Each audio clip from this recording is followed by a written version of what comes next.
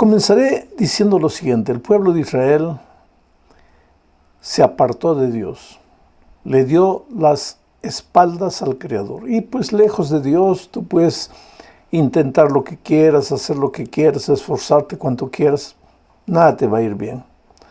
Y aunque aparentemente las cosas te vayan bien, en el fondo de tu corazón te vas a sentir vacío, triste, desesperado, y no vas a saber identificar las causas de ese vacío interior. El asunto es que nosotros salimos de las manos de Dios y nunca seremos completos si no nos devolvemos al Creador. El pueblo de Israel se apartó de Dios, se contaminó con el paganismo de sus días, de los países vecinos. Resultado, pues vino Babilonia y se los llevó esclavos. Sufrieron en la tierra de esclavitud, a las orillas del río se sentaban, lloraban, mirando a Jerusalén, recordando el hogar que habían perdido, en fin, una situación triste, porque ya dije en una lección anterior, el pecado solo nos trae tristeza, dolor, angustia, nos hace recordar el momento que éramos felices, que estábamos con la familia unida, que todo nos iba bien, pero ahora lejos de Dios, pues nos encontramos lejos de la protección de Dios. Pero Dios nunca abandona a su pueblo, y ahora entramos a la lección de esta semana. Dios envió para rescatar a Israel un libertador físico, que en la lección vamos a ver es identificado como Ciro, para libertarlos del poder de Babilonia, bajo el comando del imperio medo-persa. Pero también en la lección de hoy vemos que Dios les manda un libertador espiritual. Isaías va identificando a ese libertador espiritual que es el Mesías, es el Señor Jesucristo, pero lo va identificando a los pocos. No presenta abiertamente así la identificación de Cristo. Para entender mejor lo que estoy diciendo, necesitamos entender que el profeta Isaías presenta a dos siervos en su redacción del libro. Leamos Isaías 41 a partir del versículo 8, del 8 al 10. Dice así: pero tú, Israel, siervo mío eres. Aquí el pueblo de Israel es identificado como el siervo de Dios. Pero tú, Israel, siervo mío eres. Tú, Jacob, a quien yo escogí, descendencia de Abraham, mi amigo, porque te tomé de los confines de la tierra y de tierras lejanas te llamé y te dije, mi siervo eres tú, te escogí y no te deseché. No temas porque yo estoy contigo, no desmayes porque yo soy tu Dios que te esfuerzo, siempre te ayudaré, siempre te sustentaré con la diestra de mi justicia. En este texto de Isaías, el siervo es el pueblo de Israel, descendiente de Jacob. Ahora, ¿por qué no menciona aquí a Isaac? ¿Por qué menciona a Jacob? Por una simple razón. Jacob es el típico ser humano que cayó, el deshonesto, el engañador, el mentiroso que engañó a su papá, pero se arrepintió, se encontró con Dios. Y Dios le cambió el nombre de Jacob para Israel, y ahora Dios está refiriéndose al pueblo de Israel como su pueblo descendiente de Jacob, de aquel hombre engañador y mentiroso. Lo que está diciendo Dios es que su pueblo, cuando arrepentido, cuando regresa a los brazos de Jesús, no importa lo que haya hecho en su pasado, es considerado un pueblo de Dios. Es su hijo amado, su pueblo. Y la promesa de Dios aquí es linda, porque le dice, mira, yo no te desampararé, yo te acompañaré, yo te daré fuerzas cuando estás desanimado. Las naciones pueden pensar que tú has sido rechazado, pero no, tú eres mi hijo precioso, ¿cómo te voy a abandonar? ¿Cómo te voy a dejar? Esto es interesante, querido. El pueblo de Israel fue establecido en esta tierra para reflejar el carácter de Dios al mundo. Por eso la misión en el Antiguo Testamento es diferente de la misión en el Nuevo Testamento. En el Nuevo Testamento la orden es, por tanto, ir y predicar el Evangelio. Pero para Israel la misión era otra. Era vivir los eternos principios, los valores de las enseñanzas divinas, era reflejar el carácter de Dios, de tal manera que las naciones vecinas vendrían atraídas por la vida de santidad del pueblo de Israel y se unirían también al pueblo de Dios. No es que la salvación era solo para Israel, no. La salvación era para cualquiera, pero todos tenían que ser salvos a través del pueblo de Israel, identificarse con el pueblo de Israel a través de la ceremonia de la circuncisión. Hoy día Dios continúa teniendo su pueblo de Israel espiritual, es la iglesia de Dios. Y hoy día las personas tienen que venir, solo que ahora la misión es ir y buscarlas y traerlas, pero ya no tienen que circuncidarse, ahora tienen que bautizarse para pertenecer al pueblo de Dios.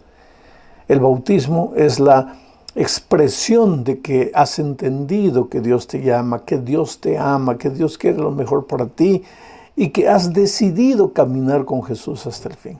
Entonces, en esta primera parte vimos que Isaías llama al pueblo de Israel como mi siervo.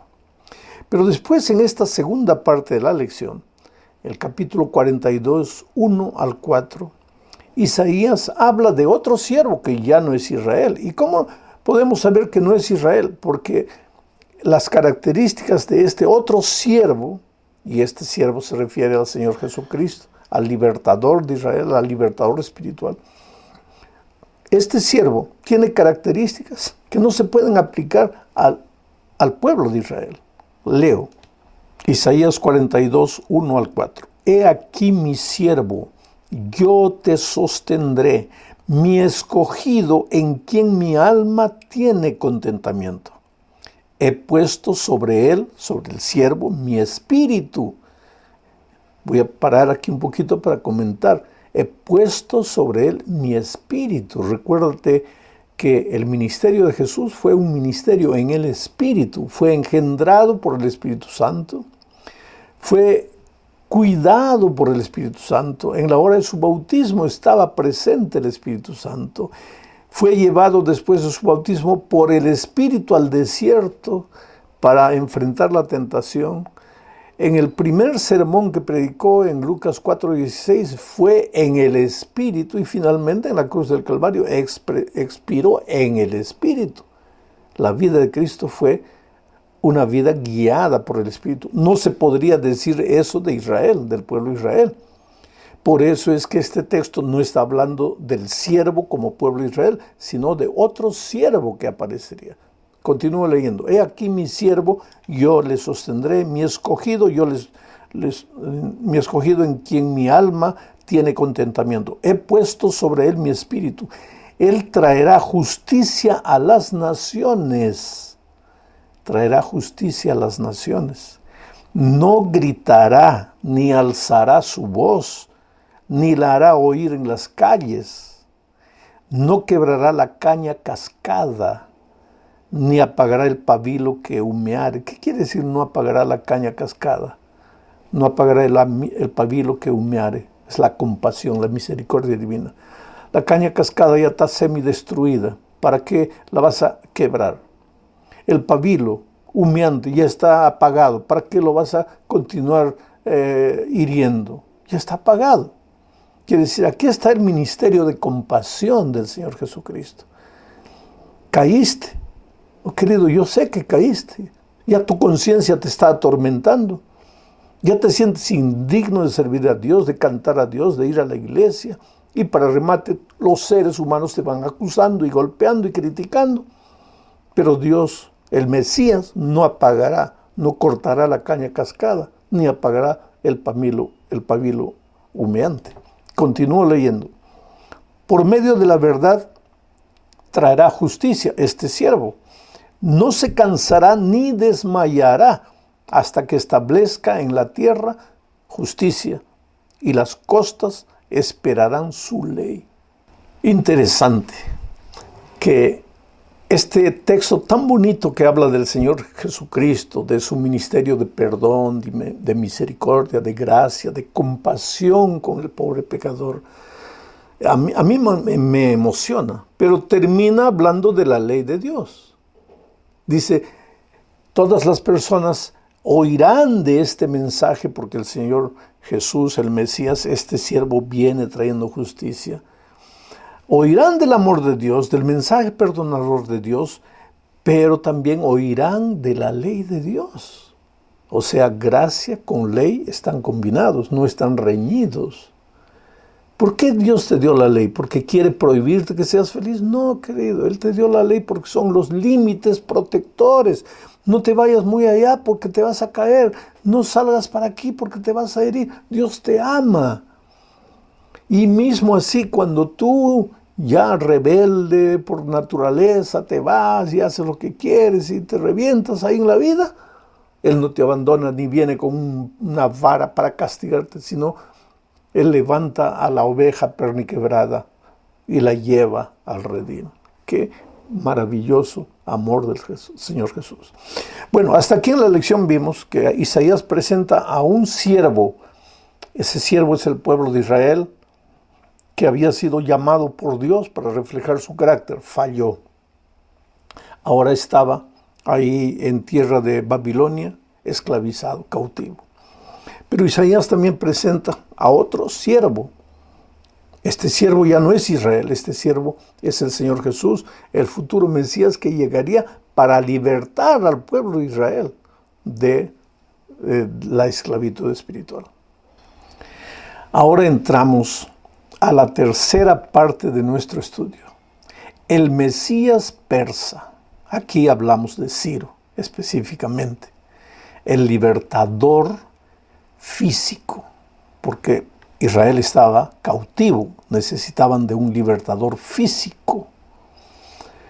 Dios les está hablando en lo que ya meditamos hasta aquí de un libertador espiritual, pero aquí se presenta un libertador físico. Después se menciona de nuevo al libertador espiritual.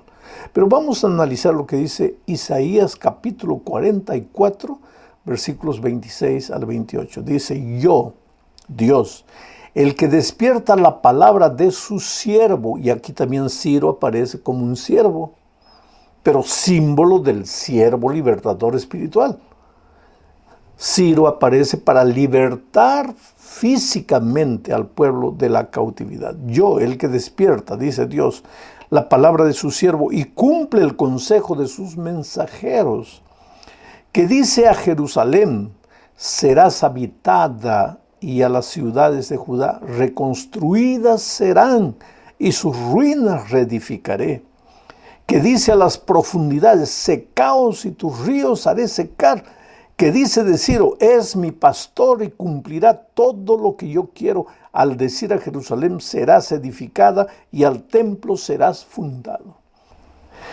Ahora, querido, este texto es admirable, porque esta profecía acerca de Ciro, el libertador que vendría, que secaría las aguas del Éufrates, el libertador que vendría para ayudar en la cautividad físicamente, el libertador que daría autorización para reconstruir los muros de la ciudad, para reconstruir el templo de Jerusalén que había sido destruido en la invasión de los babilonios.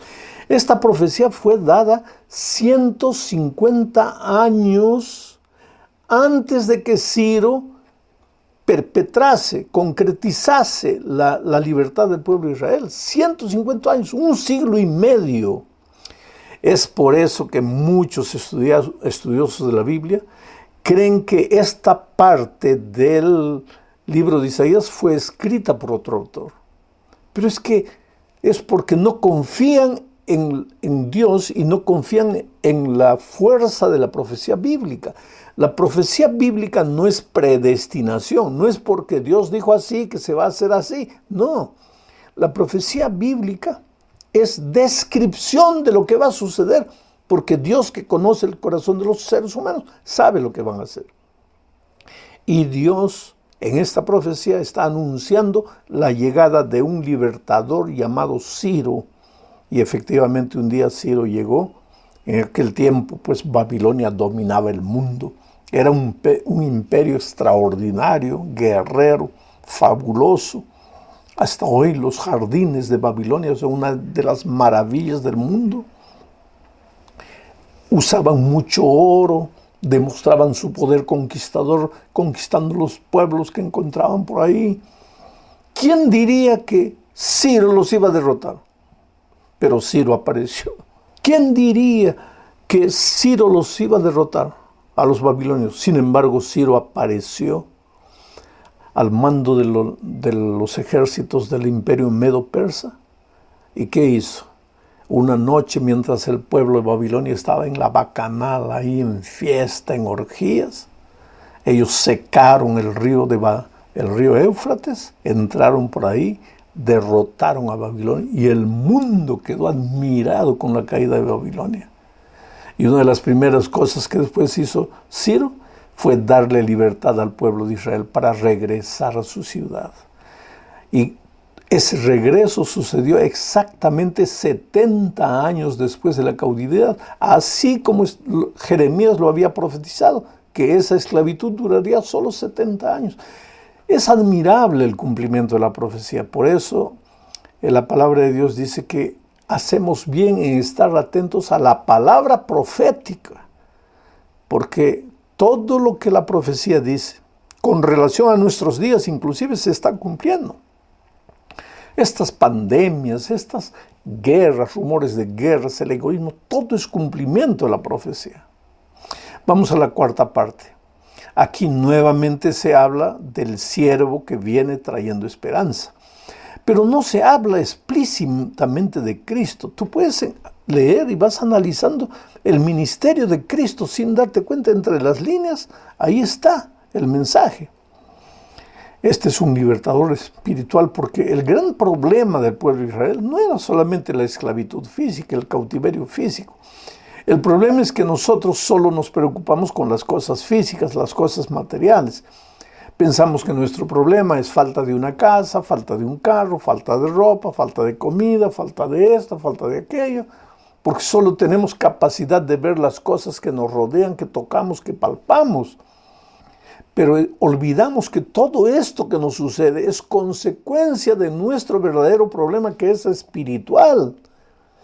Pero Dios también atiende nuestros problemas físicos, por eso mandó a Ciro. Pero como su problema no era solamente la esclavitud del cautiverio físico literal, les mandó nuevamente ahora, les va a hablar de un libertador espiritual. Leo lo que dice Levítico capítulo 26, 40 al 42. Y confesarán su iniquidad, está hablando del pueblo de Israel, y confesarán su iniquidad y la iniquidad de sus padres por su prevaricación con que prevaricaron contra mí. Y también porque anduvieron conmigo en oposición. Yo también habré andado en contra de ellos y los habré hecho entrar en la tierra de sus enemigos, y entonces se humillará su corazón incircunciso y reconocerán su pecado. Entonces yo me acordaré de mi pacto con Jacob y asimismo de mi pacto con Isaac y también de mi pacto con Abraham. Me acordaré y haré memoria de la tierra. Esta también es una profecía. Porque Moisés está hablando, está escribiendo el libro de Levítico y está profetizando lo que va a suceder en el futuro, en los días de Isaías. Que dice que cuando el pueblo se arrepienta, cuando el pueblo se dé cuenta de lo que ha hecho. Y es interesante, dice, porque ese pueblo está en la esclavitud, está cautivo por un simple motivo, porque yo soy Dios. Y ellos empezaron a andar contra mí. Andar para allá, dándoles las espaldas a Dios. Y Dios no es un Dios estático, inmóvil. Dios también camina y quiere llevarte al camino de la perfección, de la felicidad, de la paz plena. Entonces Dios camina para aquí, pero el ser humano, el pueblo de Israel, caminaba para aquí. Por eso Dios dice, el pueblo anduvo contrario a mí, pero entonces yo también anduve contrario a él. Pero no porque Dios quería estar en contra del ser humano, sino porque el ser humano es que se fue voluntariamente para otro lado. Y la consecuencia, pues la consecuencia fue la esclavitud, el dolor, la tristeza. Pero ¿cuál era la promesa de esperanza? La promesa de esperanza es que si se arrepintieren, yo me acordaré de ellos. ¿Cómo los voy a desechar? ¿Cómo piensan que porque pecaron, porque cayeron, porque se rebelaron contra mí, me voy a olvidar de ellos? Yo los amo y los voy a esperar y les mandaré un Mesías. Qué cosa maravillosa, querido. Llegamos al fin del estudio de esta semana hablando de un siervo que siente y sufre. Un siervo que siente y sufre. Aquí se habla de la misión del siervo sufridor, del Mesías. Tú te das cuenta que Isaías lo va identificando poco a poco. Va dando nuevas características de ese siervo sufridor. Pero aquí Isaías habla de la misión del siervo sufridor. Isaías 49:5 dice: Ahora pues, dice Jehová, el que me formó desde el vientre. Es que el Señor Jesús, el Mesías, no sería formado por ser humano, con la colaboración del ser humano. Fue engendrado por el Espíritu Santo. Ahora pues, dice Jehová, el que me formó desde el vientre, para ser su siervo, para hacer volver a él, a Jacob, y para congregarle a Israel, porque estimado seré en los ojos de Jehová, y el Dios mío será mi fuerza. Cuando Jesús nació era consciente de su misión. Isaías está hablando aquí en nombre de Jesús. Está colocando sus palabras en los labios de Jesús. Yo soy el enviado. Dios me envió a esta tierra para amar a mi pueblo, para rescatar a mi pueblo, para sufrir por mi pueblo.